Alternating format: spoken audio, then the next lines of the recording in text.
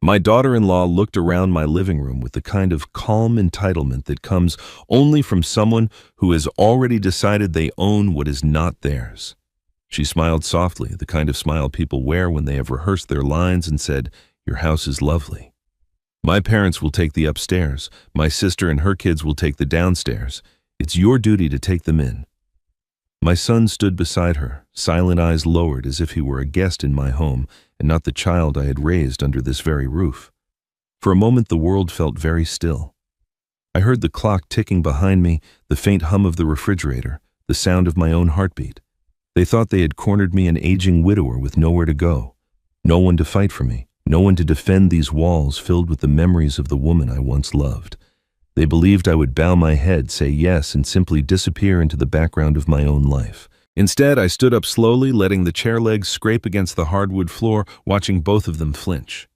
I smiled, a calm, measured smile, the kind that made my daughter-in-law's confidence flicker for the first time. I said one sentence, only one, and the entire room fell silent.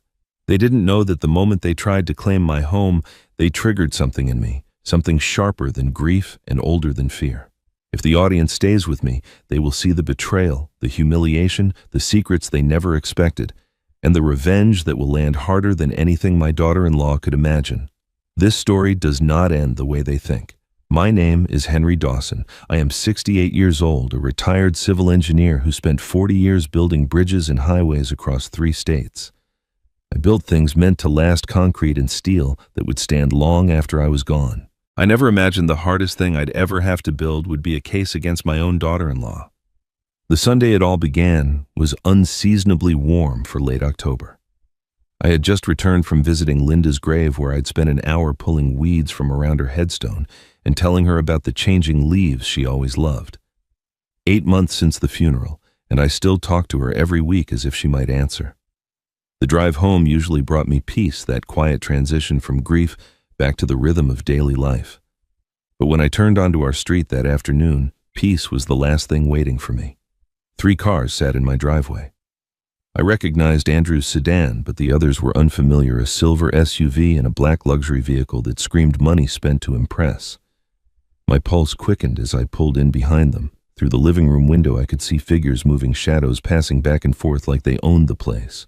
I found them in the kitchen, not just Andrew and Samantha, but her entire family, Mark Whitmore with his golf tan and country club swagger, Carol with her appraising eyes cataloging every surface, and Julia, Samantha's younger sister, already opening cabinets as if taking inventory.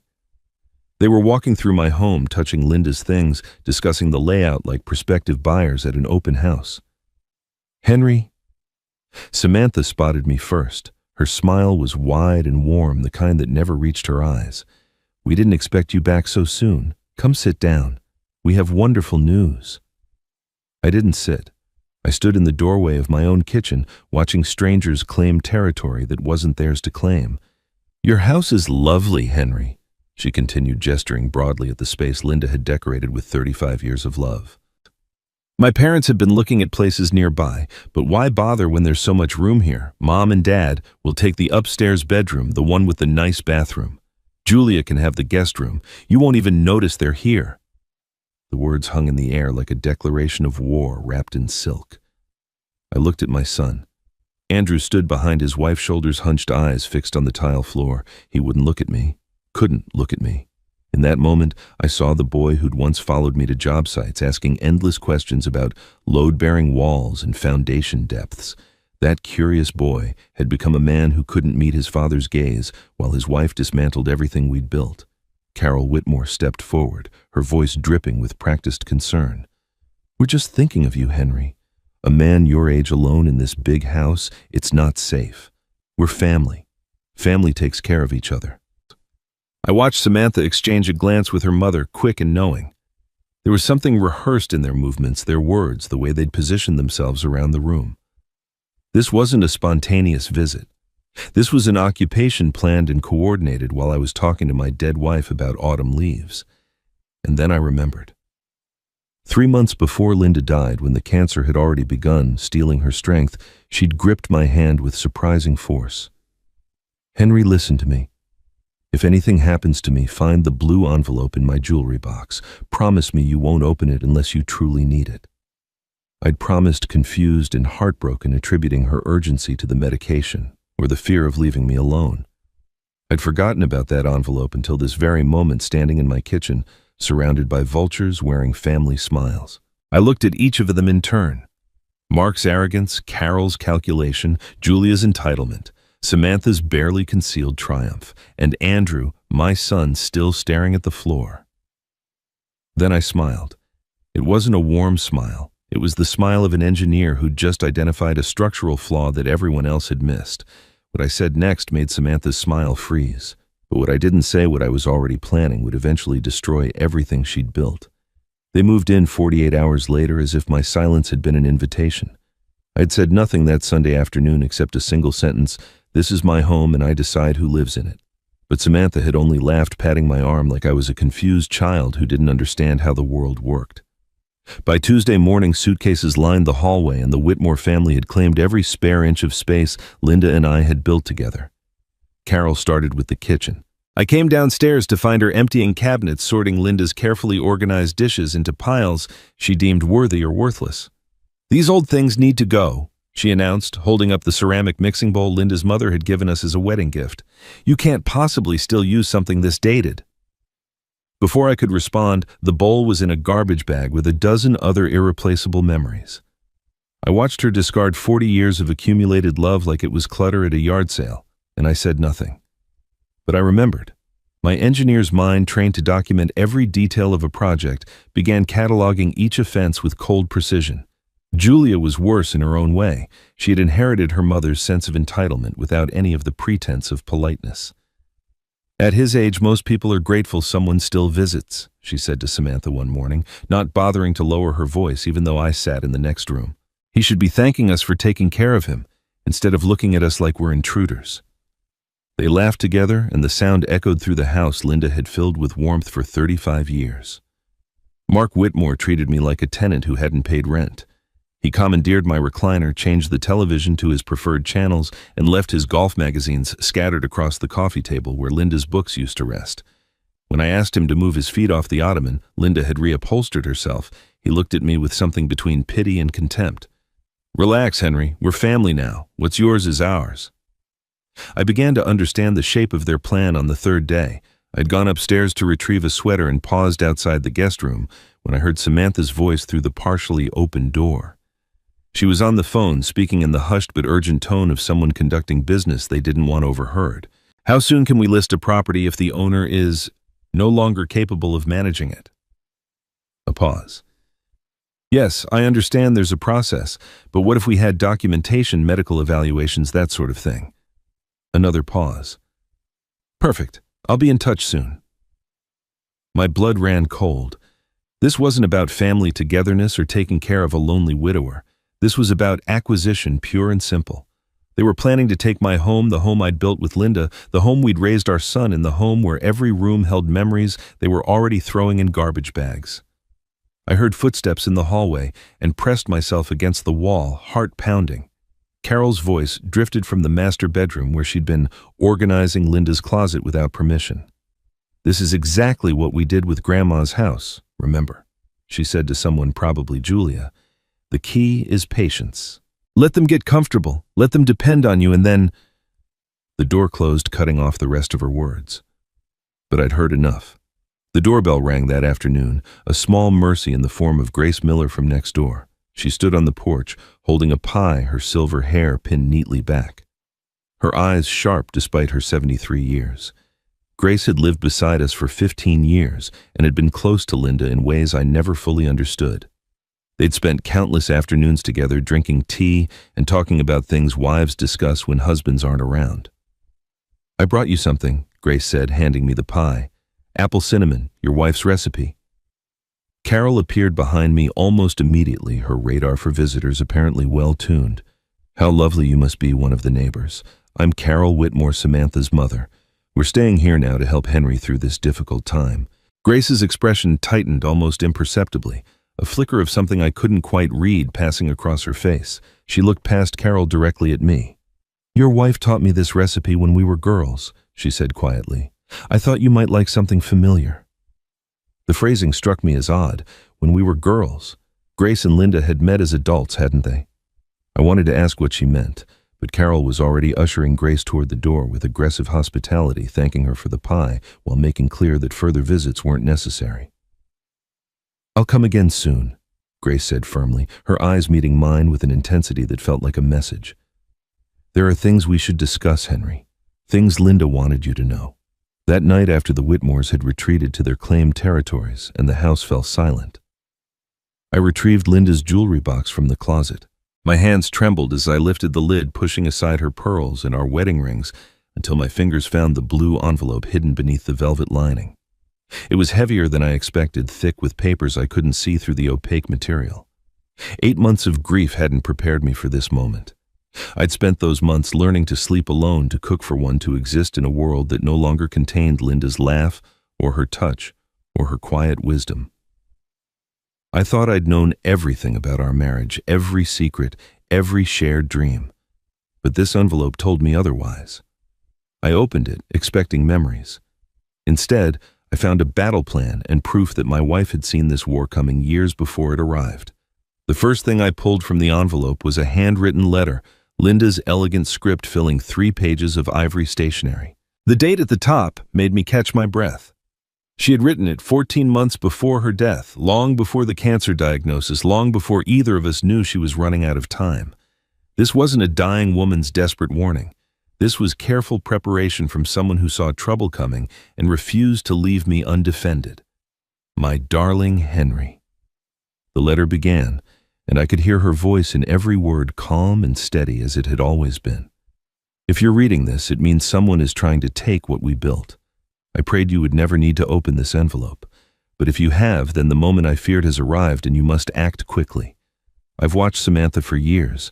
I've seen how she looks at our home when she thinks no one is paying attention, not with love, but with calculation. I've seen how she isolates Andrew from us, how she positions herself between our son and his family. I've seen how she treats you when she thinks I'm not watching, the small cruelties she disguises as jokes, the dismissiveness she wraps in false concern. The words blurred as tears filled my eyes. All those years, all those family dinners and holiday gatherings, Linda had been watching and worrying while I remained oblivious. She had carried this burden alone, protecting me from truths that would have caused conflict, shielding Andrew from accusations that might have destroyed his marriage. She had stayed silent out of love, but she had also prepared for war. I stayed silent to protect our son's marriage, her letter continued. I told myself that perhaps I was wrong, that perhaps Samantha would grow into the wife Andrew deserved. But I won't let my silence become your prison. If you're reading this, then my worst fears have been confirmed, and you need to know that you are not helpless. The letter instructed me to contact Paul Hargrove immediately. The name was familiar. He had been a colleague of Linda's at her law firm before she retired, an estate attorney she'd always spoken of with respect. "I modified our family trust 18 months ago," she wrote. "I added protective clauses that Paul will explain in detail. He has copies of everything, and he knows what to do. Trust him completely." But that wasn't all. Linda had gathered evidence, built a case file like the attorney she'd once been. "There is a camera in the antique kitchen clock," she explained. "I installed it 3 years ago when I first began to suspect Samantha's intentions. The footage uploads to a cloud account that Paul can access.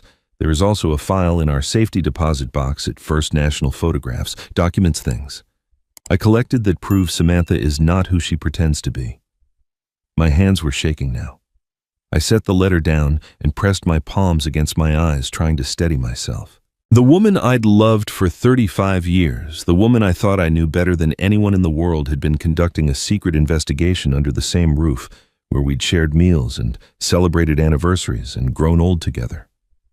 I felt grief that she'd carried this alone, gratitude that she'd thought to protect me, and guilt that I'd never noticed her preparations. How many nights had she lain awake beside me, planning for a future she wouldn't live to see? Preparing defenses for a husband who didn't even know there was a threat.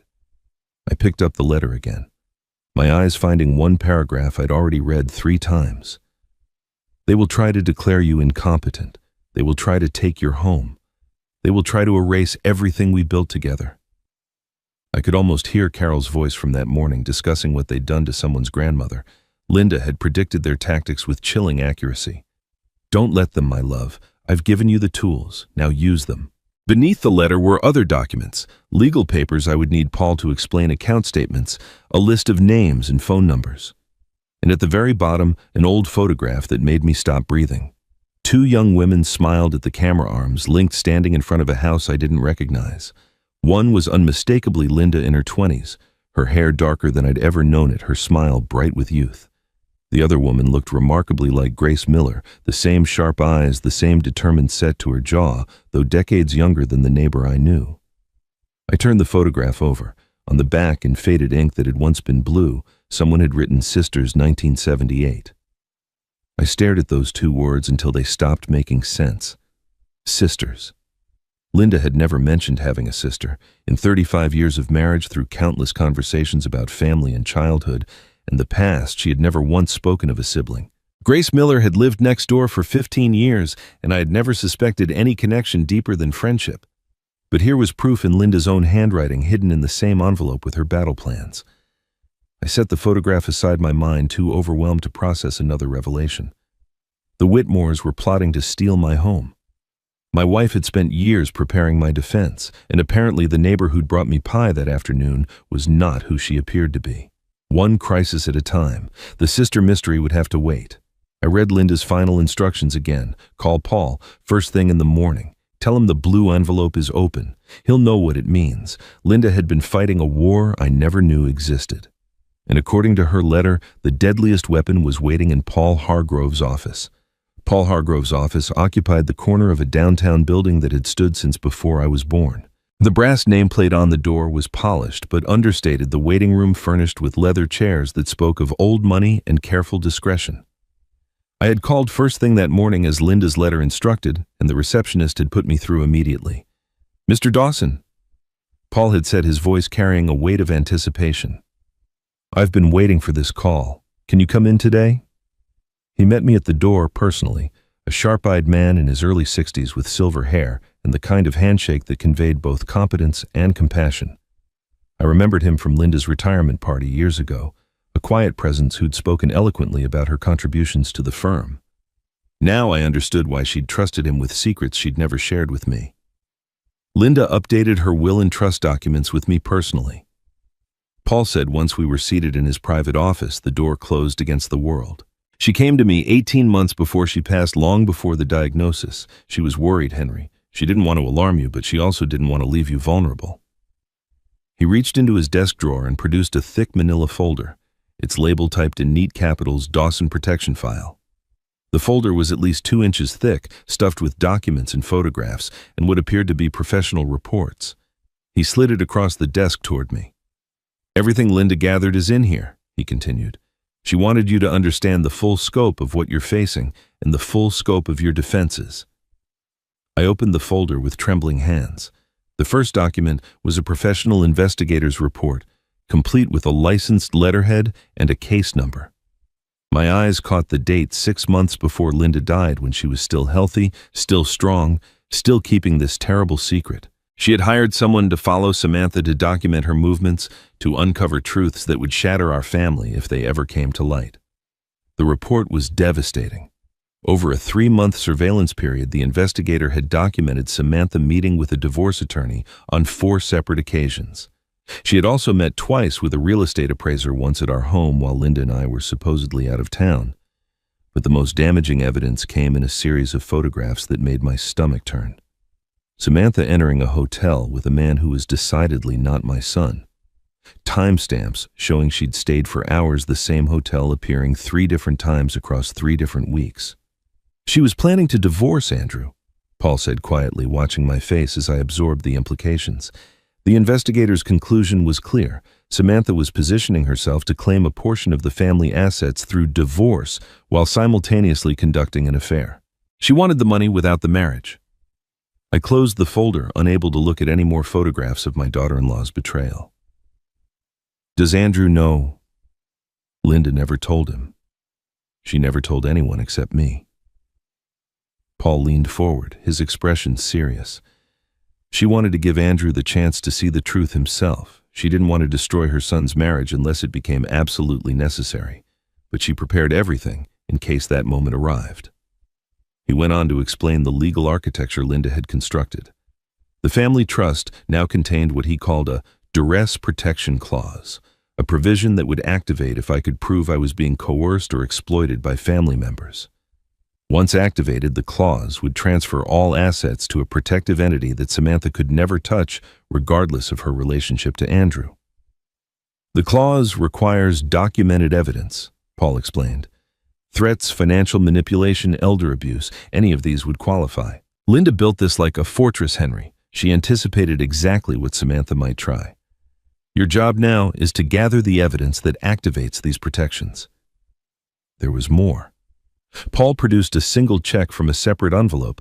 The paper yellowed slightly with age. It was made out for $15,000 drawn on Linda's personal account dated 3 years ago.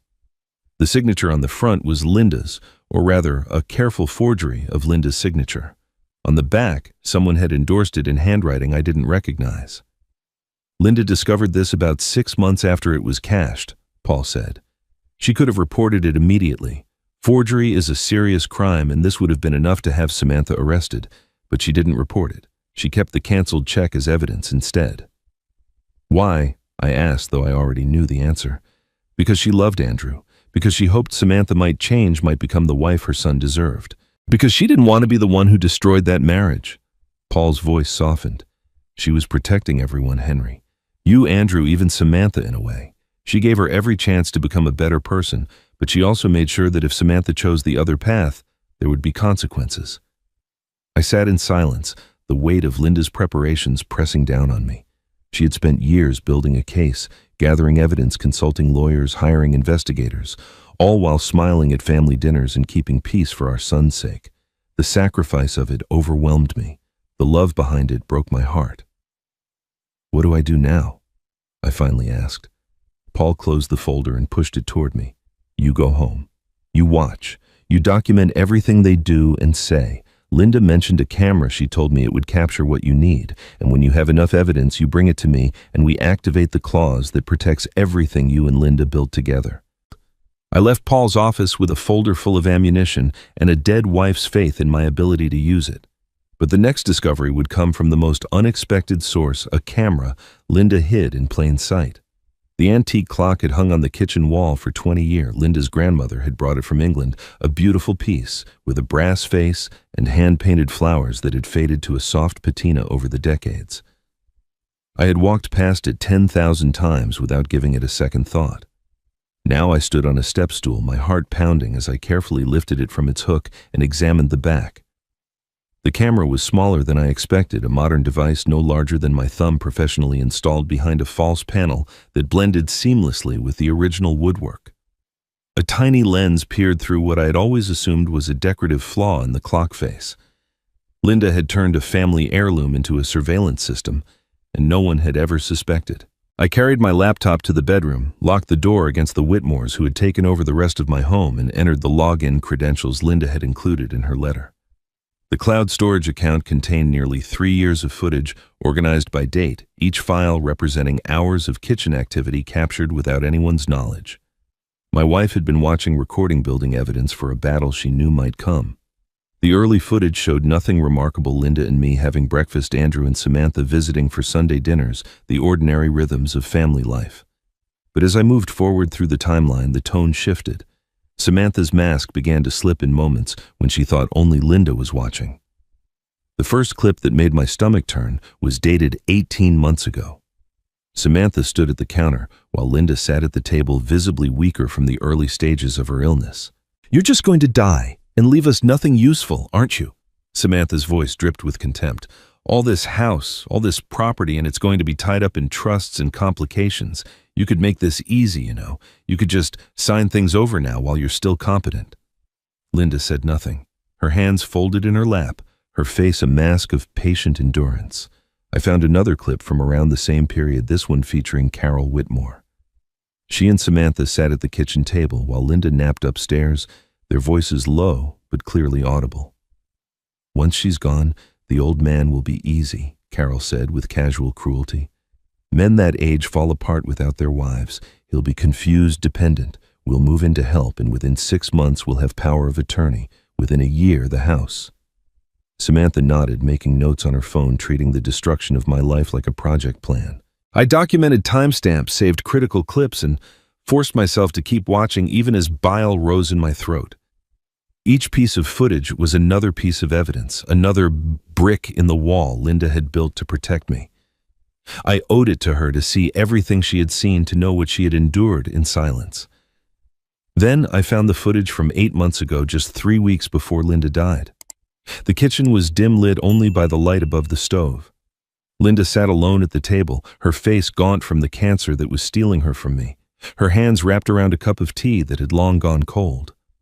For a long moment she simply stared at nothing, her eyes red-rimmed and distant. Then she began to cry, silent, shaking sobs that she muffled with her hand, even though she thought no one could hear. "I'm sorry, Henry," she whispered to the empty room. "I'm sorry I can't tell you, but I have to protect you my way." You would confront them and they would twist it, and Andrew would have to choose. I can't make our son choose between his father and his wife, so I have to do this alone. Please forgive me, my love. Please understand. I closed the laptop and wept. For 10 minutes I sat on the edge of the bed where Linda had taken her last breath and cried harder than I had at her funeral. She had suffered alone to spare me pain. She had watched our daughter-in-law plot against us, listened to threats and cruelty, and never said a word because she wanted to protect our family. The courage it must have taken, the loneliness she must have felt. When the tears finally stopped, something had changed inside me. The grief remained, but it had transformed into something harder, colder, more focused. Linda had given me weapons. Now I would use them. I called Paul that evening and described what I had found. He walked me through the process of securely transmitting the most damaging clips to his encrypted server, his voice growing grimmer with each file I sent. "This establishes a clear pattern of elder disrespect and financial exploitation," he said when the transfer was complete. "Combined with the investigator's report and the forged check, we're building an airtight case. Keep the camera running. Let them keep talking. They're building our case for us." I followed his advice. The Whitmores had no idea they were being watched, no idea that every cruel comment and whispered scheme was being captured and cataloged. I moved through the house like a ghost, compliant and quiet, letting them believe they had already won. The camera had captured 3 years of cruelty, but the footage I found the next morning revealed something far worse, a crime that could send Samantha to prison. The footage was dated just 4 days earlier, captured while I was at a routine doctor's appointment. I had told the Whitmores I would be gone for 2 hours, enough time for the examination and the drive across town. I never imagined what Samantha would do with those 2 hours. The kitchen camera had a partial view of the hallway leading to my home office, and I watched Samantha glance around the empty house before disappearing down that corridor. She emerged 20 minutes later carrying her phone, her expression satisfied in a way that made my skin crawl. I couldn't see what happened inside the office, but I could hear her phone call clearly as she passed through the kitchen. "I have what we need," she said to whoever was on the other end. "His signature is simple enough to copy, just a few loops and a sharp downstroke. We can have the letter of intent ready by next week. Once he's declared incompetent, no one will question it." She laughed at something the other person said. "Don't worry, by the time anyone realizes what happened, it'll be too late to contest." My hands were shaking as I closed the laptop. Signature, letter of intent, declared incompetent. She wasn't just planning to push me aside, she was planning to forge legal documents that would strip me of everything Linda and I had built together. I went to my office immediately, closing the door behind me and locking it for the first time since the Whitmores had invaded. My filing cabinet stood against the wall, its contents supposedly private, supposedly secure. I pulled open the drawer where I kept important documents, the deed to the house, insurance policies, tax records, and began searching for anything that didn't belong. I found it near the back, filed between old utility contracts, as if it had always been there. A single page, professionally formatted, bearing the heading, "Letter of Intent Regarding Property Transfer." The document stated that I, Henry Robert Dawson, wished to transfer ownership of my family home to my son Andrew William Dawson and his wife Samantha Grace Whitmore Dawson, upon determination of diminished mental capacity by a licensed physician. It was dated 3 weeks ago and bore my signature at the bottom. Except I had never seen this document before. I had never signed it, and on the date printed at the top I had been in the hospital for a minor cardiac procedure, sedated and monitored, physically incapable of signing anything. The forgery was excellent, I had to admit that much, Whoever had copied my signature had studied it carefully, capturing the loops and angles that made it distinctive. But it wasn't perfect. The pressure was wrong, too consistent, lacking the natural variation of a real signature. And the date was a fatal error, one that any investigation would immediately uncover. Then I noticed the second signature line at the bottom of the page. Under the heading, Witness, someone had signed Andrew's name. My heart sank. Had my own son participated in this fraud? Had Samantha convinced him to help forge documents that would steal his father's home? I stared at Andrew's signature, looking for answers in the loops of ink, and slowly I began to see something wrong. The letters were shaky, uneven, as if written by a hand that wasn't entirely steady.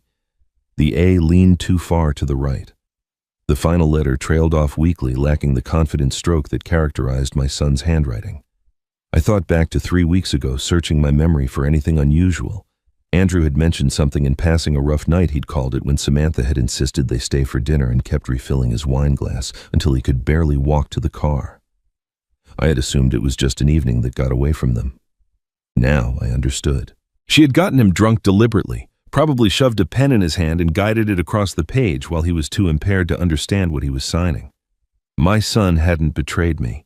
He'd been used just like I was being used, just like Linda had been used. Samantha had turned Andrew into an unwitting accomplice to federal fraud.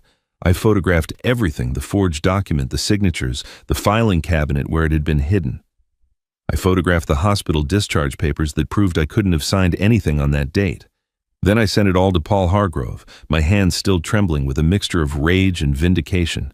His response came within the hour. This is Elder Fraud Henry. Combined with the forged check from 3 years ago, we're looking at a clear pattern of criminal behavior. This isn't just civil court anymore. This is federal felony territory. She could face prison time. He paused, and I could hear him thinking through the legal strategy. But I need one more piece. I need something directly from Samantha's mouth, a verbal threat or admission that we can present to the court.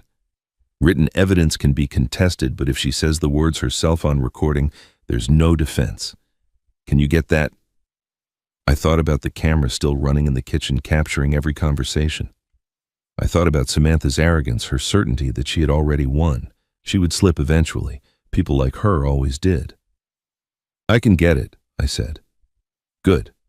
Push her buttons if you have to. Make her feel threatened. People who think they're in control tend to say things they shouldn't when that control is challenged. I agreed and ended the call, already planning my next move. The trap was being set, baited with patience and precision. I had evidence of her crimes. I had recordings of her cruelty. But the next revelation would come from the woman next door, and it would change everything I thought I knew about my own family. Grace Miller's invitation came the next morning, delivered in person, while the Whitmores were distracted by a phone call about their delayed furniture shipment. She appeared at the back door, her eyes carrying the same intensity I'd noticed the day she brought the pie. "Come to my house for tea this afternoon," she said quietly. "There are things we need to discuss, things Linda wanted you to know." She pressed a key into my hand. "Use the back gate. They don't need to see where you're going." I slipped away at 3 o'clock, crossing through the garden gate that connected our properties, a gate Linda had insisted we install years ago, though I'd never understood why she wanted such easy access to the neighbor's yard. Now that small detail, like so many others, took on new meaning.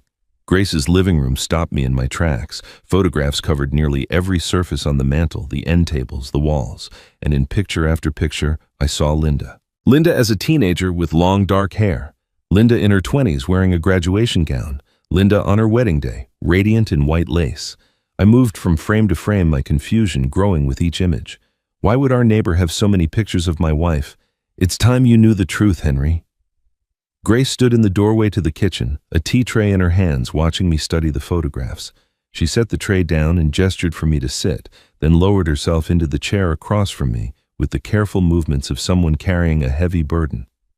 "Linda wasn't just my friend," she said softly. "She was my younger sister. We were born Grace and Linda Patterson before we married and took different names." The words didn't make sense at first. I heard them, understood their meaning individually, but couldn't reconcile them with 35 years of marriage to a woman I thought I knew completely. "That's impossible," I heard myself say. "Linda never mentioned having a sister, not once." Grace nodded, pain flickering across her face. We had a complicated family, Henry. Our parents were difficult people, and when I was 19, I married a man who promised to take me away from all of it. That marriage was a disaster. He was cruel, controlling. When I finally escaped, I changed my name and cut ties with everyone from my old life, including Linda. I was ashamed. I didn't want anyone from my past to find me. She paused, her eyes distant with memories. Linda found me anyway. 15 years ago, she tracked me down through a private investigator. She showed up on my doorstep and said, "I've been looking for you for 20 years. Please don't disappear again." She convinced me to buy the house next door. She wanted us to reconnect, but slowly. She was afraid of overwhelming you with her past, afraid you might feel deceived if you learned she'd hidden something so significant. But why hide it at all? I asked, still struggling to absorb the revelation. Because she was ashamed too, Grace said gently. Ashamed that our family was so broken that she'd lost her only sister for so long. She kept meaning to tell you, kept waiting for the right moment. And then she got sick, and suddenly there was no time left for old secrets. All that mattered was protecting you from what was coming. Grace reached beneath the coffee table and produced a thick binder, its pages filled with photographs, handwritten notes, and printed documents. When Linda knew she was dying, she made me promise to watch over you. She told me everything about Samantha, about the investigator, about the trust. She said, "If Henry ever needs help, tell him I'm still fighting for him." She opened the binder and began turning pages. I've been documenting Samantha's behavior since the funeral. I've photographed real estate agents visiting the house when they thought no one was watching. I've recorded conversations through my kitchen window. This state allows single-party consent, so it's all legal. I've kept a journal of dates and incidents, everything I've witnessed. The evidence was meticulous photographs with timestamps showing unfamiliar cars in my driveway, transcripts of conversations where Samantha discussed getting the old man out of the way, notes documenting every cruelty Grace had observed from her vantage point next door. My sister asked me to be her eyes when she couldn't be here anymore. Grace said, her voice breaking. I've been keeping her promise, Henry. Every single day since she left us, I've been watching, waiting, gathering what you might need. I looked at this woman, Linda's sister, my sister-in-law, a stranger who was also family, and felt something crack open in my chest. Linda had built a network of protection around me, layer after layer, preparing for a battle she knew she wouldn't live to fight. She had recruited her own sister, installed cameras, hired investigators, modified trusts, all while smiling at family dinners and never letting me see her fear. She loved you more than I've ever seen anyone love anything, Grace said quietly. She used to tell me, Henry is my whole heart. I would burn down the world to keep him safe.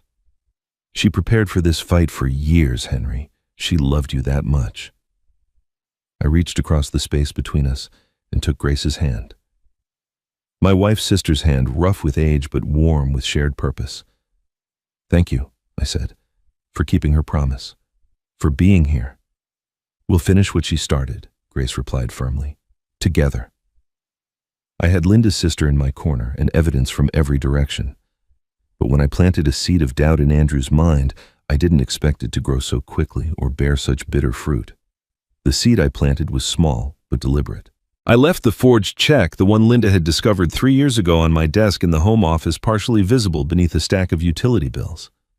It was positioned exactly where someone rifling through papers would notice it, where the signature and the amount would catch their eye before they could look away. I knew Samantha wouldn't be the one to find it. She avoided the office now, perhaps sensing that her earlier trespass had been somehow detected. But Andrew still came in occasionally to use the printer, still maintained some connection to the space where he'd done homework as a teenager. He found it on a Thursday afternoon. I heard his footsteps pause in the hallway, heard the rustle of papers being moved, then silence. When he emerged from the office 10 minutes later, his face was pale and his jaw was tight. He walked directly to the kitchen, where Samantha was instructing her mother on the proper arrangement of my pantry. I positioned myself in the living room, close enough to hear, but not close enough to seem obvious. What is this? Andrew's voice was controlled but strained. I heard the check being placed on the counter. A pause. Then Samantha's voice, smooth as silk. Oh, that. Your mother gave me that money as a gift, years ago when we were struggling with the down payment on our first apartment. She wanted to help with our finances, but Didn't want to embarrass you by making it seem like charity. Mom never mentioned it. Of course she didn't, sweetheart. That was the whole point. She wanted to spare your pride. Samantha's tone shifted to gentle condescension. You know how she was, always taking care of everyone behind the scenes. The conversation ended there, Samantha redirecting attention to dinner plans and Carol's opinion on spice racks. But I had seen Andrew's face as he walked past the living room doorway, and what I saw gave me hope. He had accepted the explanation on the surface. But beneath that acceptance, something was working, some small engine of doubt that hadn't been there before. He didn't look at me as he passed, but his steps had slowed, as if he was carrying a new weight he hadn't expected. That evening, long after the Whitmores had retreated to their claimed territories, I heard a soft knock on my bedroom door. Andrew stood in the hallway, still dressed in his work clothes, though he'd been home for hours. His eyes were red-rimmed, his hands jammed into his pockets like a teenager called to the principal's office. "Dad, can we talk?" I opened the door wider and let him in. He didn't sit on the chair I offered, instead pacing the small space between the bed and the window, unable to keep still. Finally, he stopped his back to me, staring out at the darkened yard.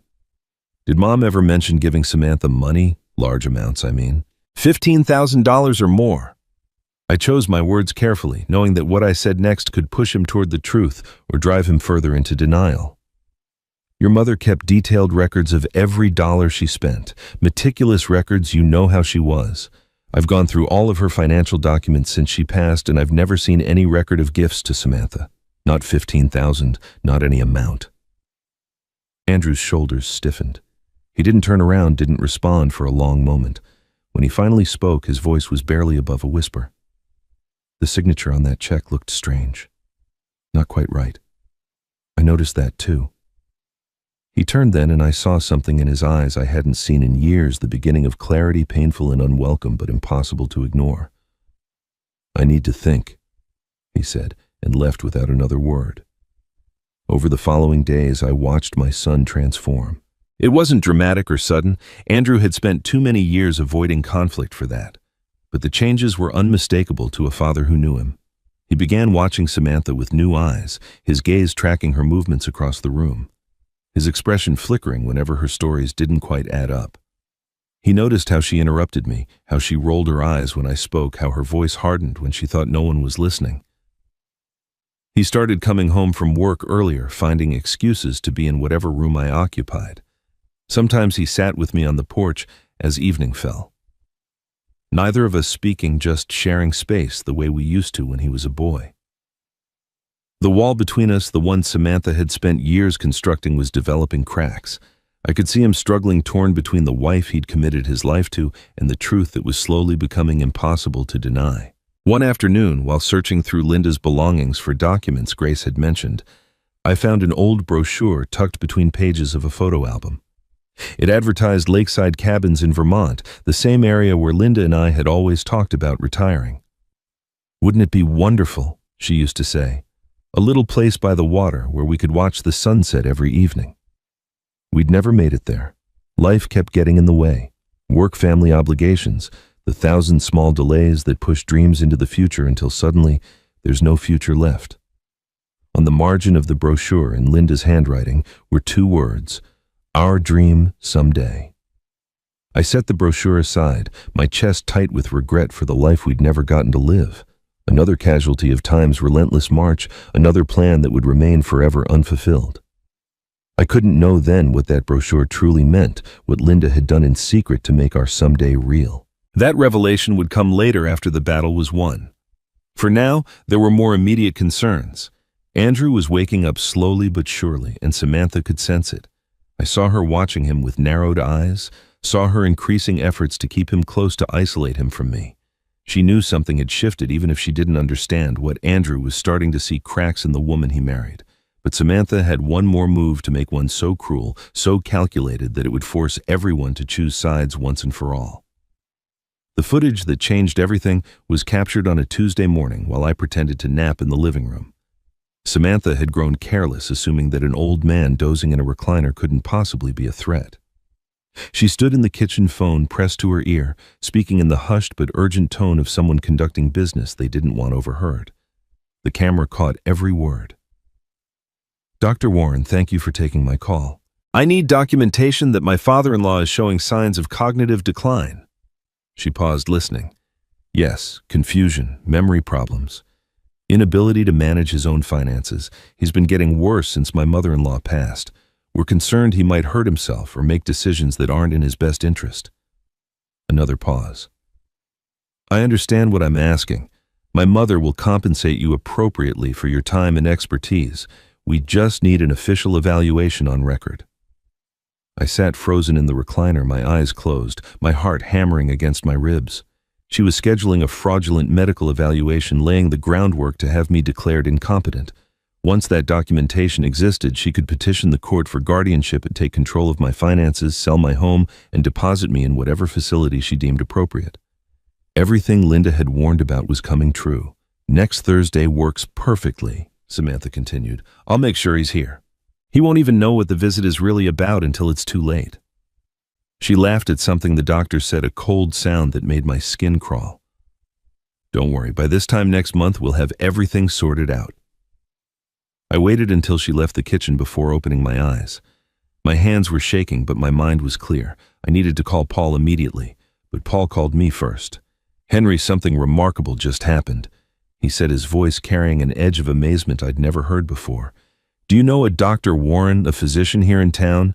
Samantha just scheduled an appointment with him, I said. I heard the whole thing on the camera. She's trying to get him to document that I'm cognitively impaired. I know, he called me 20 minutes ago. I nearly dropped the phone. He what? Dr. Warren was Linda's personal physician for 15 years, Henry. He recognized Samantha's name immediately when she called. Paul paused, letting the implications sink in. 3 years ago, Linda visited him privately. She told him that her daughter-in-law might someday attempt to have you declared incompetent through fraudulent means. She asked him to contact me if anyone ever requested false documentation about your mental state. She was quite specific about the details. I sank back into the recliner, overwhelmed. Linda's protection extended even to doctors Samantha had tried to corrupt. My wife had anticipated this exact scenario, had prepared for it. Years in advance, had built safeguards I was only now discovering. What did Dr. Warren tell Samantha? I asked. He played along, agreed to the appointment, took her money offer under advisement, but he has no intention of providing fraudulent documentation. In fact, he's already agreed to testify about her attempt to bribe him if this ever goes to court. Paul's tone shifted to businesslike efficiency. But we can't rely solely on his word. We need independent documentation of your competency before Samantha can file any petition.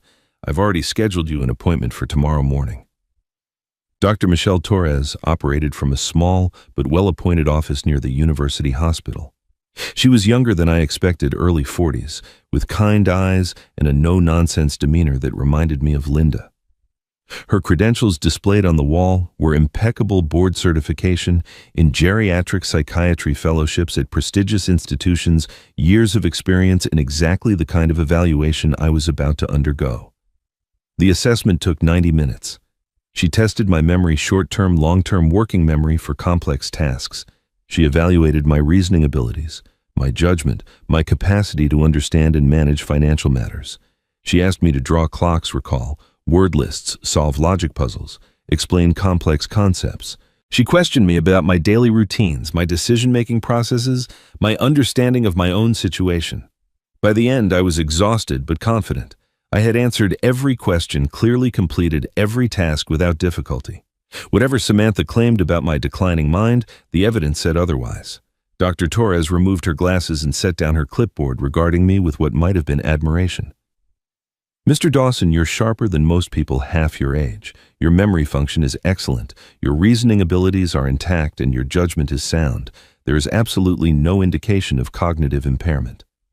She smiled slightly. If anything, you're operating at a higher level than many professionals I've evaluated. I'll provide a notarized report you can use in any legal proceeding. No court in the country would find you incompetent based on my assessment. Paul filed the evaluation that same afternoon, registering it as a protective record with the county court. This meant that if Samantha attempted to petition for guardianship based on claims of cognitive decline, my documented competency would already be on file. Her fraudulent scheme would collapse before it began. But Paul wasn't finished. He also reported Dr. Warren's initial willingness to participate in fraud to the state medical board, providing documentation of Samantha's bribery attempt. Even if the board didn't take immediate action, the report would exist in official records, another piece of evidence in the pattern of criminal behavior we were documenting. "We've cut off her main avenue of attack," Paul said when he called that evening to confirm everything was in place. "She can't declare you incompetent, she can't forge documents without detection, and she can't corrupt doctors who've already been warned. But we still need one more piece to activate the trust's protection clause. We need her to make a direct threat on the record, something verbal, something undeniable. Can you set that up?" I thought about Samantha's arrogance, her certainty that she had already won.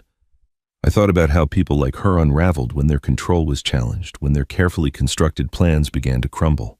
Push the right buttons, and she would say things she shouldn't. I knew exactly which buttons to push. "I can do it," I said. "She's planning some kind of family gathering this weekend. I'll make sure she feels cornered." "Be careful, Henry. Desperate people do desperate things." "I know, but I'm not the one who should be afraid anymore." Samantha thought she was hunting a confused old man. She had no idea she was walking into a trap 3 years in the making, and the trigger was about to be pulled. I called the family meeting for Saturday afternoon, framing it as a chance to discuss living arrangements and find common ground. The Whitmores accepted immediately, unable to hide their satisfaction.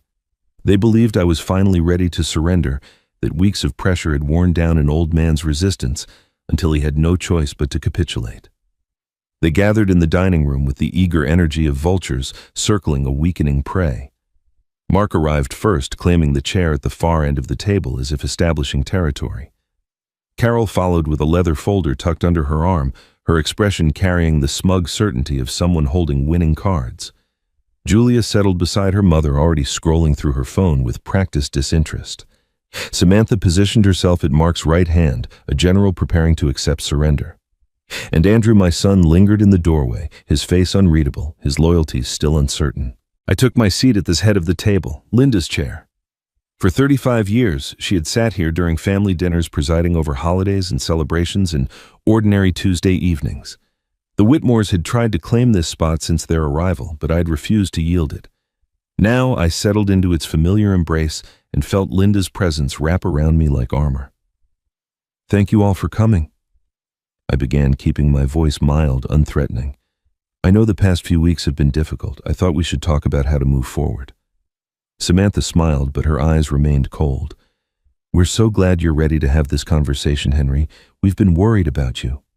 She nodded to her mother, who opened the leather folder and began spreading documents across the table. "These are just some papers to make things easier," Carol explained in the patronizing tone one might use with a slow child. "Power of attorney so Samantha can help manage your finances. A property transfer agreement to ensure the house stays in the family, and authorization for care decisions in case you ever need medical attention and can't speak for yourself." I looked at the documents without touching them. Each one was a chain designed to bind me, a lock meant to cage me in my own home. Power of attorney would give Samantha control of my bank accounts. The property transfer would sign away the house Linda and I had built together. The care authorization would let them commit me to a facility whenever they deemed it convenient. "These are serious documents," I said carefully. "I'd need time to review them with my own attorney." Mark leaned forward, his golf-tanned face creased with false concern. "Henry, we're family. You don't need outside lawyers complicating things. Just sign where Carol marked and we'll take care of everything." "There are some excellent nursing facilities nearby," Julia added without looking up from her phone. "Mom and I toured one last week. Very clean. They have bingo nights." Carol placed a pen beside my hand. "It's time to face reality, Henry. You're not young anymore. You shouldn't be rattling around this big house alone. We're offering to help to take the burden off your shoulders. Don't be stubborn about this." I pushed the pen away gently. "I appreciate your concern, but I'm not ready to sign anything today." The temperature in the room dropped. Samantha's smile vanished, replaced by something harder, more dangerous. She leaned forward, her manicured nails pressing into the table's surface. "You don't understand your situation, Henry." Her voice dripped with false concern, wrapped around a thread as sharp as broken glass. "We're trying to help you. We've reorganized our entire lives to be here for you, but if you won't cooperate, we'll have to take measures." She paused, letting the words hang in the air. There are legal ways to handle people who can't make good decisions for themselves, courts that can appoint guardians, doctors who can evaluate competency. We don't want to go that route, but you're not leaving us much choice. I said nothing. I let the silence stretch, let her words echo in the space between us. In my pocket, my phone recorded every syllable. Mark cleared his throat, uncomfortable with how explicit his daughter had become. Carol shuffled the documents back into her folder, her expression sour. Julia finally looked up from her phone, sensing that something had shifted, and Andrew stood frozen in the doorway, his face pale, his eyes fixed on his wife as if seeing her clearly for the first time. "We'll give you a few days to think it over," Samantha said, forcing her composure back into place. "But don't take too long, Henry. Our patience has limits." The meeting dissolved into awkward retreat. The Whitmores filed into the living room, their confidence shaken but not broken. I watched Samantha pull Carol aside near the window, their heads bent together in urgent, whispered conference. They were regrouping, adjusting their strategy, planning their next assault. Whatever they decided, I knew it would come soon. Andrew remained in the doorway a moment longer, his gaze meeting mine. Something passed between us, not quite understanding, not yet trust, but the beginning of recognition. Then Samantha called his name sharply, and he turned away to join her. I had her threats on tape, but they weren't specific enough for court. I needed her to cross a line she couldn't walk back from. The next night at her housewarming party, she would cross it in front of witnesses. The invitation cards appeared 3 days later, printed on expensive cream-colored stock with gold lettering. "Please join us for a housewarming celebration at the Dawson residence." The audacity took my breath away. Samantha was throwing a party to celebrate her family's occupation of a home they didn't own, inviting neighbors and friends to witness their conquest, while the rightful owner stood among them like a ghost in his own life. I played my part perfectly. As guests arrived that Saturday evening, I shuffled through the rooms looking appropriately confused and diminished. I smiled vaguely when spoken to repeated questions, as if I hadn't heard them the first time, let Samantha guide me by the elbow like an elderly patient requiring supervision. The performance cost me my dignity, but dignity could be reclaimed. The recording running continuously in my pocket was worth any temporary humiliation. The house filled with people I barely recognized, Samantha's colleagues, the Whitmore's country club friends, a smattering of neighbors who'd known Linda and me for years. Carol had transformed the living room with rented decorations and catered appetizers, erasing Linda's careful touches beneath a veneer of expensive impermanence. I watched strangers drink wine from crystal glasses Linda had inherited from her mother, and I smiled and I waited. The moment I'd been hoping for came halfway through the evening. Margaret Hensley, who lived 3 houses down and had attended Linda's funeral, approached Samantha near the fireplace with a glass of champagne in hand. "Samantha, I didn't realize you owned this beautiful home," Margaret said with genuine admiration. "I always thought it belonged to Henry and Linda." Samantha's smile broadened, warm and confident. "Well, not officially yet, but we're in the process. My father-in-law is getting older, as you can see." She gestured toward where I stood, pretending to examine a bookshelf. "We're taking over to help him manage things. These transitions take time to sort out properly, but soon it will all be settled." Margaret nodded sympathetically, patting Samantha's arm. "How wonderful that you're here for him. So many elderly people don't have family willing to step up." I turned away, hiding my expression. Samantha had just made a false claim of ownership in front of a witness, not enough on its own, but another thread in the tapestry of evidence we were weaving. The night was young and wine was flowing freely. I knew that patience would deliver something far more damaging. By 10 o'clock, the party had thinned to a core group of Whitmore allies and a few lingering neighbors. Samantha had been drinking steadily all evening, her careful composure softening around the edges, her voice growing louder with each refilled glass. I positioned myself in the kitchen, ostensibly tidying up, knowing she would find me eventually. Frustrated people seek out the source of their frustration. I simply had to wait. She appeared in the doorway 20 minutes later, a half-empty wine glass in her hand, her eyes glittering with suppressed anger. The mask she wore in public was slipping, revealing the predator beneath the polished surface. She glanced behind her to ensure we were alone, then stepped closer, her voice dropping to a venomous whisper. "Listen carefully, old man." I looked at her with the same mild, confused expression I'd worn all evening. My hand rested casually in my pocket, touching the phone that was capturing every word. "You're going to sign those papers." She jabbed a finger toward my chest, stopping just short of contact. I'm done playing nice. I'm done waiting for you to come to your senses. You have until the end of the month, and then we're doing this the hard way. The hard way? I asked, keeping my voice quavering, uncertain. We'll have you declared incompetent. The doctors, the courts, it's all just paperwork when you know the right people. She stepped closer, still close enough that I could smell the wine on her breath. We'll put you in the worst nursing home we can find. Some place where they park old men in wheelchairs and forget about them. And then we'll sell this house and everything in it, every piece of furniture, every photograph, every pathetic memento of your precious Linda. She paused, her lips curling into something that might have been a smile if there had been any warmth behind it. This is your last warning, Henry.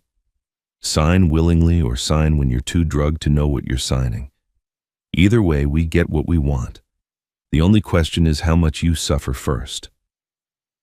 I held her gaze for a long moment, letting the silence stretch. Then I nodded slowly as if defeated and turned back to the dishes in the sink. I heard her satisfied exhale, felt her presence retreat from the kitchen, heard her heels clicking toward the living room where her victory party continued. I excused myself to bed an hour later, pleading exhaustion. In my locked bedroom, I connected my phone to the laptop and transmitted the recording to Paul Hargrove's encrypted server. The audio was crystal clear, every threat, every ultimatum, every damning word preserved in digital amber. Paul's response arrived at midnight. This is it, Henry. She made a direct threat of elder coercion with specific consequences. Combined with the camera footage, the forged documents, and the bribery attempt, we can now activate the trust's protection clause. I'm filing the motion first thing Monday morning. This ends now. I read the message 3 times, allowing myself a small smile. Linda's trap had just snapped shut. Samantha thought she'd delivered an ultimatum. She didn't realize she'd just signed her own eviction notice.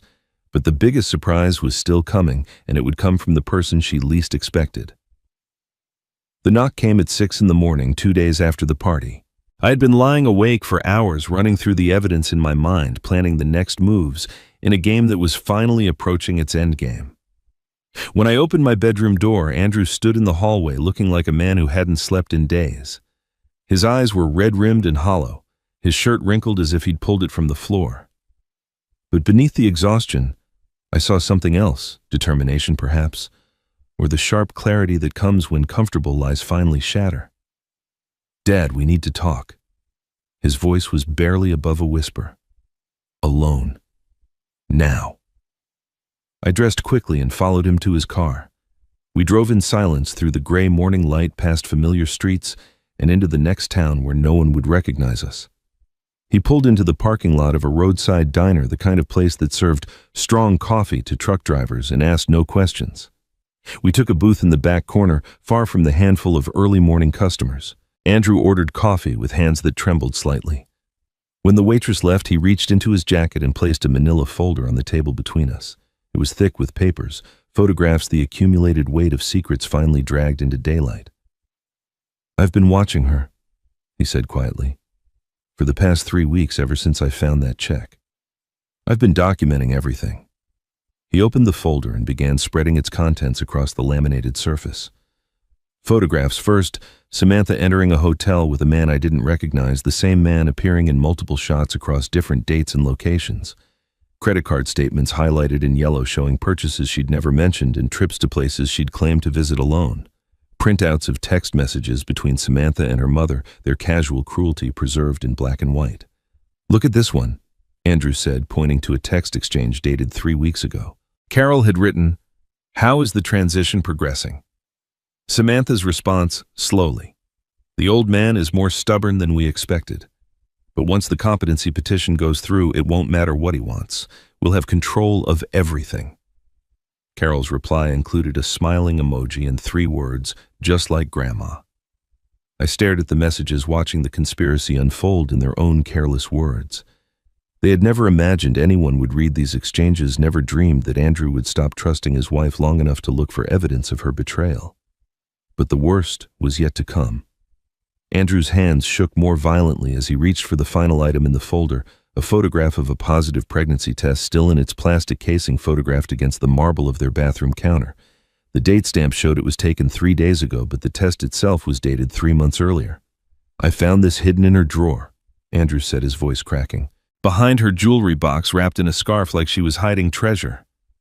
He looked up at me, and I saw the devastating truth written in his eyes before he spoke the words. The baby isn't mine, Dad. We haven't. It's been months since we were together like that. I did the timeline over and over. It's impossible. The confession broke something in him. Tears spilled down his cheeks and his shoulders heaved with sobs he'd been holding back for days, maybe years. I watched my son crumble in a diner booth, destroyed by the woman he'd trusted with his life, and I felt my own heart break alongside his. She's been playing me our entire marriage, he choked out, using me to get to this family, to the house, the money, everything Mom built. He pressed his palms against his eyes, trying to stem the flow. Mom tried to warn me years ago. She never said anything explicit, but she tried to show me the way Samantha treated her, the little cruelties she thought nobody noticed. And I didn't listen. I defended Samantha. I chose her over my own mother. He looked at me with an anguish that transcended words. I'm so sorry, Dad. For everything. For being blind. For being weak. For leaving you alone when you needed me most. I reached across the table and gripped his hand. My son's hand rough with work and trembling with grief, but reaching back toward me for the first time in years. Your mother never stopped loving you, I said quietly. Not for a single moment. She knew Samantha was manipulating you. She saw what was happening. But she also knew that if she pushed too hard, she'd lose you entirely. So she protected you the only way she could by preparing for the day when you would finally see the truth yourself. Andrew's tears flowed freely now, but something in his expression was shifting. The grief remained, but alongside it grew something harder, stronger. Resolution. She left evidence, I continued. Hidden cameras. Private investigators, modified trusts. She built a fortress around everything we have, and she trusted that someday you would help me defend it. He wiped his face with the back of his hand and straightened in his seat. The broken man who had sat down was rebuilding himself before my eyes, brick by brick, breath by breath. Then let's finish what Mom started, he said. Together. For a long moment we simply sat there, father and son, decades of distance collapsing in the space between heartbeats. The wall Samantha had built between us, carefully constructed over years of manipulation and isolation, had finally crumbled. Whatever came next, we would face it as a family. My son had come home.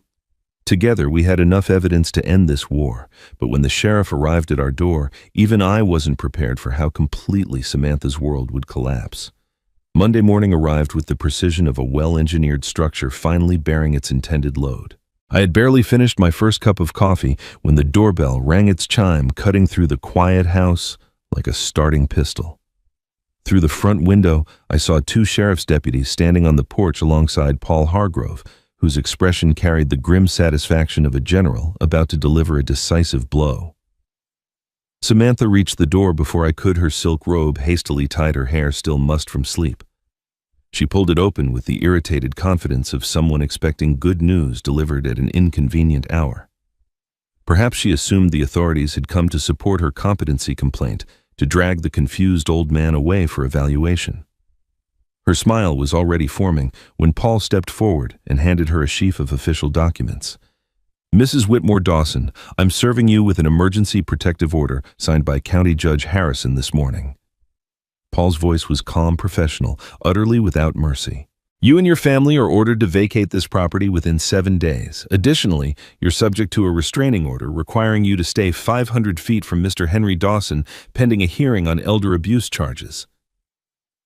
For a moment, Samantha simply stared at the papers in her hands as if they were written in a language she didn't understand.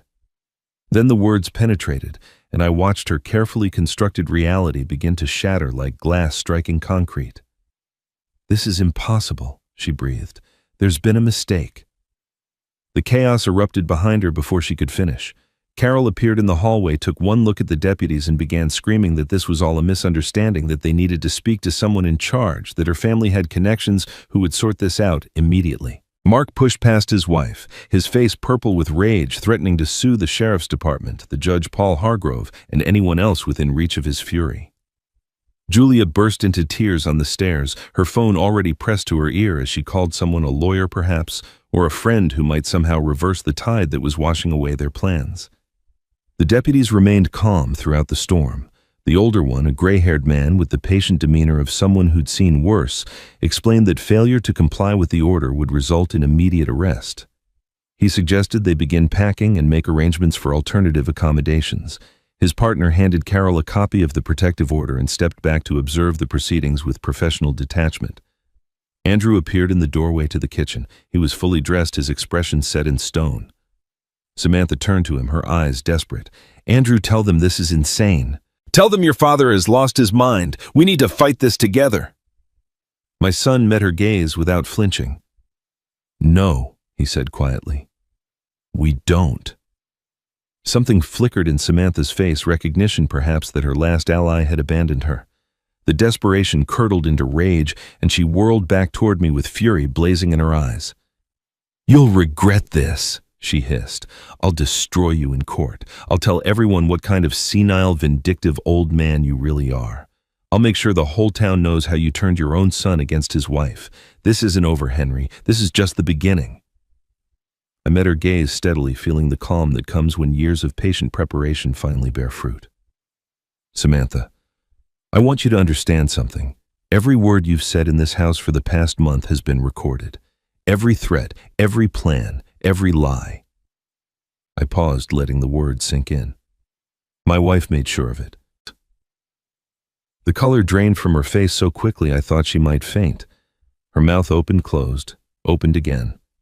For the first time since I'd met her, Samantha Whitmore Dawson had nothing to say. She looked around the room, at the antique clock on the kitchen wall, at the smoke detector in the hallway, at every innocent object that might have concealed a watching eye, and I saw understanding dawn in her expression. She had been caught. Completely. Utterly. Irrevocably. The next 2 hours passed in a blur of frantic packing and barely contained hysteria. The Whitmores threw belongings into suitcases and garbage bags, their earlier arrogance replaced by desperate efficiency. The deputies supervised from doorways, ensuring no property was damaged and no confrontations escalated beyond angry words. Carol paused once to stare at me with pure hatred, but she said nothing. Even she understood that silence was now her only defense. Andrew and I retreated to the kitchen, away from the chaos. He filled the coffee maker while I found the mugs Linda had always used for special occasions. Delicate china with painted flowers that hadn't seen daylight since her funeral. We stood at the counter together, father and son, sharing our first domestic moment in years. The simple act of preparing coffee felt like a ritual of reclamation, a quiet declaration that this was still our home. Through the window, I watched moving boxes pile up in the driveway. The Whitmores loaded their rented SUV with the debris of their failed conquest, their faces tight with humiliation. Samantha emerged last, carrying a designer bag and the tattered remains of her dignity. She looked back at the house once at me standing in the window, and I saw a promise of vengeance in her eyes. But for the first time since Linda's death, I felt something other than grief or fear. I felt hope. The Whitmores were leaving, but Samantha wasn't finished fighting. She hired a lawyer and filed a countersuit, a desperate gamble that would force everything into open court. It was exactly what we were waiting for. The courtroom smelled of polished wood and old paper, the accumulated weight of countless judgments rendered within its walls. 3 weeks had passed since the eviction, 3 weeks during which Samantha had regrouped, hired an expensive attorney from the city, and launched her counterattack. She was suing me for wrongful eviction and intentional infliction of emotional distress, claiming I had manufactured evidence and manipulated my own mentally declining mind to destroy an innocent woman's reputation. It was a bold strategy born of desperation and funded by whatever remained of the Whitmores' resources. It was also a catastrophic miscalculation. The gallery was packed with local observers drawn by whispered gossip about the Dawson family war. I recognized neighbors, former colleagues of Linda's, even the woman from the grocery store who always asked about my health.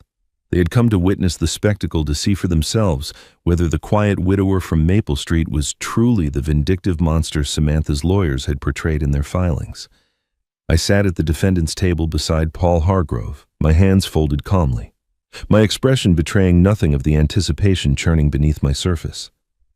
Samantha sat across the aisle, flanked by her parents and a silver-haired attorney whose hourly rate probably exceeded my monthly pension. She wore a modest blue dress clearly chosen to project innocence, Her makeup subdued her posture, carefully calibrated to suggest vulnerability. She didn't look at me. She hadn't looked at me since the proceedings began. Her attorney opened with a passionate narrative of family devotion corrupted by senile paranoia. He painted Samantha as a loving daughter-in-law who had sacrificed everything to care for an aging patriarch only to be betrayed by a confused old man manipulated by outside forces. He referenced my age, repeatedly implied cognitive decline without stating it outright, and suggested that the evidence against his client had been fabricated by people with their own agendas. Then Paul Hargrove stood, and the temperature in the room shifted. He presented our evidence systematically, each piece building on the last like the components of a bridge designed to bear impossible weight. The hidden camera footage came first, 3 years of recordings showing Samantha's cruelty, her contempt, her careful manipulation. The courtroom watched in silence as she berated Linda during her illness, as Carol Whitmore outlined their strategy for acquiring the house, as Julia laughed about parking old men in wheelchairs. Samantha's attorney objected repeatedly, but the judge allowed the footage, his expression growing grimmer with each clip. The audio recordings followed the threats from the housewarming party. The family meeting demands the casual discussions of forged documents and bribed physicians. Paul played Samantha's own voice, declaring her intentions. "We'll have you declared incompetent. We'll put you in the worst nursing home we can find, and then we'll sell this house and everything in it." The words echoed through the courtroom, stripped of context or excuse, damning in their naked cruelty. Expert witnesses testified about the forged documents. A handwriting analyst demonstrated the discrepancies between my genuine signature and the forgeries Samantha had created. A forensic accountant traced the $15,000 check Linda had discovered years ago, proving it had been deposited into an account Samantha controlled without authorization. Warren, Linda's former physician, took the stand and described Samantha's attempt to bribe him into providing fraudulent documentation of my cognitive decline. His testimony was devastating, his disgust barely concealed beneath professional composure. Finally, Paul presented my certified competency evaluation from Dr. Torres, establishing beyond any reasonable doubt that my mind was sharp, my judgment sound, and my decisions entirely my own. The narrative Samantha's attorney had constructed of a confused old man manipulated by shadowy forces collapsed under the weight of documented truth. But the moment that silenced the courtroom came when Paul called an unexpected witness. "Your Honor, the defense calls Grace Miller." Murmurs rippled through the gallery as Grace rose from her seat and walked steadily to the witness stand. She wore a simple gray dress, her silver hair pinned back, her expression carrying the calm dignity of someone who had waited a long time for this moment. Samantha's attorney objected to the surprise witness, but the judge overruled him, clearly invested in seeing where this testimony would lead. Paul approached the stand with measured step. "Ms. Miller, would you please state your relationship to the deceased Linda Dawson?" Grace took a breath, her eyes finding mine for just a moment before she spoke. "She was my sister, my younger sister. We were born Grace and Linda Patterson before we married and took different names." The courtroom erupted. Samantha's attorney shot to his feet, demanding explanations, objecting on grounds he seemed to be inventing on the spot. The judge gavelled for order, but the damage was done. Every observer in the room understood that Linda's protection of her husband had extended further than anyone had imagined. Grace continued her testimony over the noise. "Linda asked me to protect her husband if anything ever happened to her. I've been documenting Mrs. Whitmore Dawson's behavior since my sister's funeral. Photographs, recordings, a journal of incidents. Everything I witnessed from my home next door." She presented her evidence corroborating what Paul had already established and adding new details that painted an even more damning picture. By the time she stepped down from the stand, Samantha's case had been reduced to rubble. The judge's ruling came swiftly and severely. He dismissed Samantha's lawsuit with prejudice, ensuring she could never refile the same claims. He found her liable for elder abuse fraud and forgery, ordering restitution and legal fees totaling over $200,000. He issued a permanent restraining order, barring her from any contact with me or my property. And in his final statement, he referred the forgery evidence to the district attorney for potential criminal prosecution. Samantha sat motionless as the judgment was read, her face a mask of disbelief. When the bailiff approached to escort her from the courtroom, Carol Whitmore let out a sob that echoed off the high ceilings. Mark stared straight ahead, his arrogance finally broken. They led their daughter away, and she never looked back. Not at the judge, not at the gallery, not at Andrew, who sat on his father's side of the courtroom with tears streaming down his face. I should have felt triumphant. I should have felt vindicated. But as the observers filed out and the courtroom emptied, I felt strangely hollow. The battle was won, but the cost had been measured in years of suffering I'd never known about in a wife who'd fought alone to protect me. Then Paul touched my arm and handed me a red envelope. "There's one more thing," he said quietly. "Linda left this too." The red envelope felt heavier than paper should. It was sealed with burgundy wax, an old-fashioned touch that was so perfectly Linda. She had always loved the rituals of an earlier era, the small ceremonies that elevated ordinary moments into something meaningful. I ran my thumb across the seal, feeling the impression of what might have been a flower pressed into the wax, and wondered how long this envelope had waited in Paul's office for this exact moment. "She gave me specific instructions," Paul said quietly. We were still in the courtroom, though everyone else had departed. The afternoon light slanted through tall windows, casting long shadows across the empty benches. This was only to be opened after the legal matter was completely resolved. She was very clear about the timing. He paused, his professional composure softening into something more personal. "I've kept it in my safe for nearly 4 years, Henry. She made me promise." 4 years. Linda had prepared this final message while she was still healthy, while the cancer was nothing more than cells waiting to betray her. She had known even then that someday I might need not just protection, but a path forward. My hands trembled as I broke the seal. The wax cracked with a soft sound that seemed to echo in the empty room, releasing secrets held too long in darkness. Inside, I found another letter in Linda's elegant handwriting, and beneath it a small bundle of documents held together with a faded ribbon. A set of keys slid into my palm, their metal cold and unfamiliar. I unfolded the letter and began to read, and with each word the courtroom around me dissolved until nothing existed except Linda's voice speaking directly to my heart. "My dearest Henry," she had written, "if you're reading this, then the battle is over and you've won. I always knew you would. You just needed the right tools in the right moment. I'm so proud of you. I'm so proud of the man you've always been, even when you couldn't see your own strength." I had to stop, had to press my hand against my eyes and breathe through the grief that rose fresh and sharp despite everything. Paul stood silently nearby, giving me space, understanding that some moments require witness, but not intrusion. Now it's time to stop fighting and start living. The letter continued. "You've spent too long defending what we built. It's time to build something new. Remember our dream, the cabin by the lake where we said we'd grow old together, where we'd watch sunsets from the porch and listen to loons calling across the water. I never forgot that dream, Henry, and I never stopped planning for it." I turned to the documents bundled beneath the letter, my fingers clumsy as I untied the ribbon. Property records. A deed. A trust document dated 5 years ago, establishing ownership of real estate on Lake Champlain, the very lake where Linda and I had spent our honeymoon, where we'd returned for anniversaries and stolen weekends throughout our marriage, where we'd always said we would retire when the time was right. The cabin was real. Linda had purchased it in secret using her own inheritance money. She'd never touched money I'd assumed was simply sitting in an account for emergencies. She'd bought our dream while she was still healthy, while there was still time to imagine a future, knowing in some part of her heart that she might not live to see it. She'd given me a destination for the years she couldn't share. I returned to her letter, reading through tears that fell freely now. "The cabin has been waiting for you, my love. I furnished it myself during those weekends when I told you I was visiting old friends. I'm sorry for the small deception, but I wanted it to be perfect. There's a garden plot behind the kitchen where you can plant whatever you like. There's a dock where you can fish in the mornings. There's a porch swing facing west, positioned exactly right for watching the sun go down." She had thought of everything. Even in those final months when her body was failing and her time was running out, she had been preparing not just my defense, but my deliverance. "Sell the house on Maple Street," she wrote. "It holds too much pain now, too many memories shadowed by what happened at the end.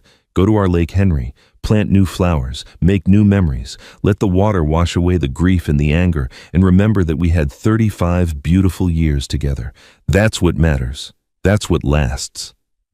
Her final words blurred as I read them, but I forced myself to see each letter, each curve of her handwriting that I knew as well as my own.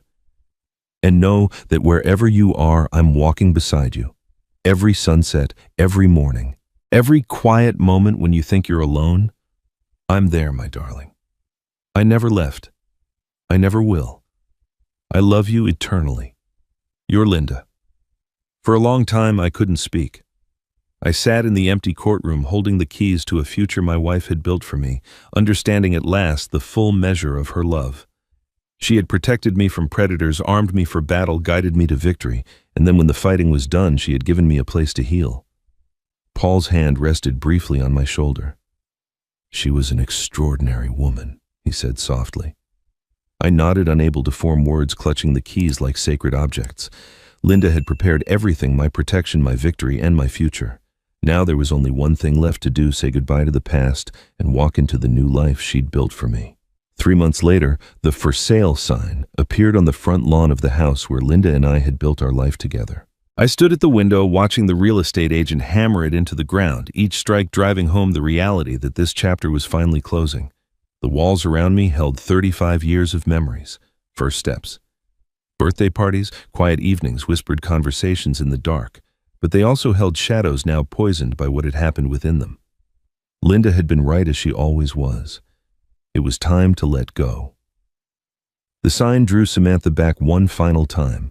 I saw her car pull up to the curb on a gray Tuesday afternoon, watched her sit behind the wheel for several minutes before finally stepping out.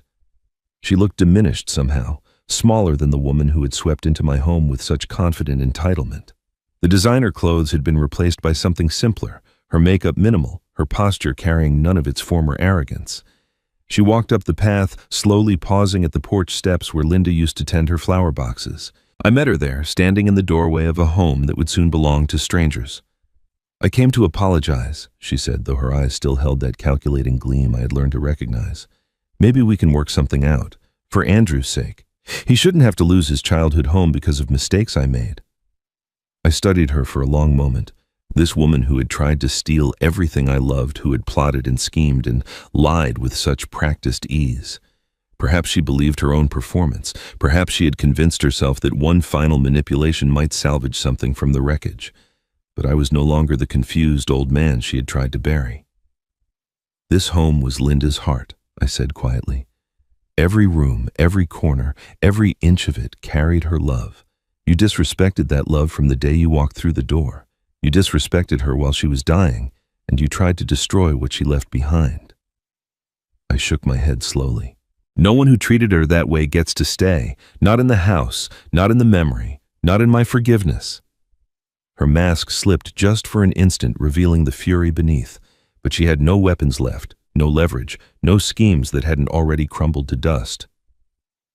"Goodbye, Samantha." I stepped back and closed the door. Through the window, I watched her stand motionless on the porch for nearly a minute before finally turning and walking away. She didn't look back. I never saw her again. The consequences of her choices cascaded through the following months. The district attorney pursued criminal charges for the forgery, and Samantha accepted a plea deal, 2 years probation, and a permanent felony record that would follow her forever. The affair became public during divorce proceedings, splashed across local gossip networks and destroying whatever reputation she had left. Even her own parents distanced themselves once their role in the scheme was exposed. Carol faced her own investigation regarding what they had done to her mother's estate years ago. The pattern of exploitation finally catching up with the family that had made it a tradition. Last I heard, Samantha had moved across the country, starting over in a city where no one knew her name, carrying nothing but the wreckage of her ambitions.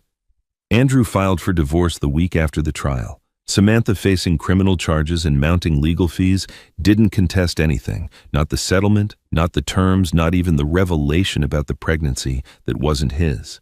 The marriage dissolved quickly like morning frost under a rising sun, leaving my son free for the first time in years.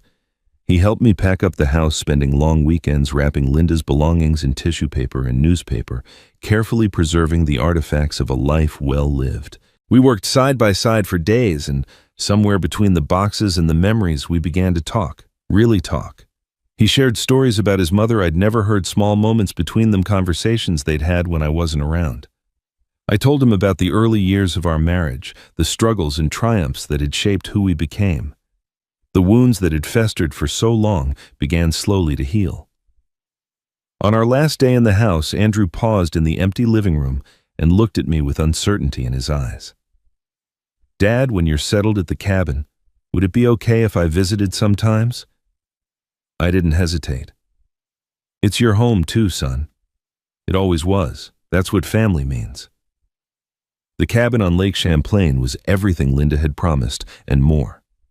She had chosen it perfectly, a modest structure with weathered wood siding and a wraparound porch that faced west toward the water. The garden plot behind the kitchen waited for spring planting. The dock stretched out over gentle waves that lapped against the shore with peaceful rhythm, and the porch swing faced the sunset, positioned exactly as she had described. Grace Aunt Grace, now as I had learned to call her, moved to a cottage just down the road. She visited most evenings, bringing tea and company and stories about Linda's childhood that I treasured like precious gems. On this particular evening, we sat together watching the sun descend toward the mountains across the lake. The sky blazed orange and pink colors reflecting off the water in ever-shifting patterns. Andrew's car was visible on the winding road below, bringing him for the weekend, and I could see another figure in the passenger seat, perhaps a new beginning of his own. On the table between Grace and me, Linda's photograph caught the golden light. She smiled at me from across the years, frozen in a moment of joy I remembered like yesterday. I raised my cup of tea in a silent toast. "We made it, my love," I whispered. "We finally made it." The lake stretched out before me, peaceful and infinite, and for the first time in years, I felt Linda's hand in mine again, not in grief, but in gratitude. She had given me protection, victory, and a future. But her greatest gift was reminding me that love doesn't end with death. It just finds new ways to hold on. Every story leaves its mark, and this one about a husband's quiet strength, a wife's extraordinary love, and a family's journey through betrayal to redemption, reminds us that the people who truly love us never stop protecting us, even when they're no longer here to hold our hands. Henry Dawson didn't win through anger or revenge. He won through patience, preparation, and the unwavering faith of a woman who knew him better than he knew himself. Linda saw the storm coming years before it arrived, and she built an ark strong enough to carry her husband safely through. That's what real love looks like, not grand gestures or passionate declarations, but quiet sacrifices made in secret, protections put in place, hoping they'll never be needed. For many of us, watching family isn't just about blood. It's about the choices we make, the people we stand beside, and the boundaries we set to protect what matters most. Henry's story asks us to consider our own lives, our own families, our own vulnerabilities. Have you ever been underestimated because of your age? Have you ever had to protect yourself from people who should have loved you? Have you ever discovered that someone was fighting for you all along, even when you didn't know it? We'd love to hear your thoughts. Share your experiences in the comments below. Your story might be the one that helps someone else find the courage to stand their ground. If this story moved you, subscribe for more tales of family justice and the quiet power of those who refuse to be broken. And remember, sometimes the greatest strength isn't fighting back. It's knowing exactly when and how to let the truth speak for itself. 맛집 탕만 가지? 앉아서 밥 먹는다 막 이래. 아까도 초밥 상사하러 간 건데, 그럼 메뉴가 결국에는 좀 사람들이 그렇게 좋아할 만한 메뉴가 아니었던 거잖아. 근데 그거야. 나한테 앉아 있어서 사람들이 안 쏘는 거래. 그럼 나 맨날 서 있어야 되나? 20번?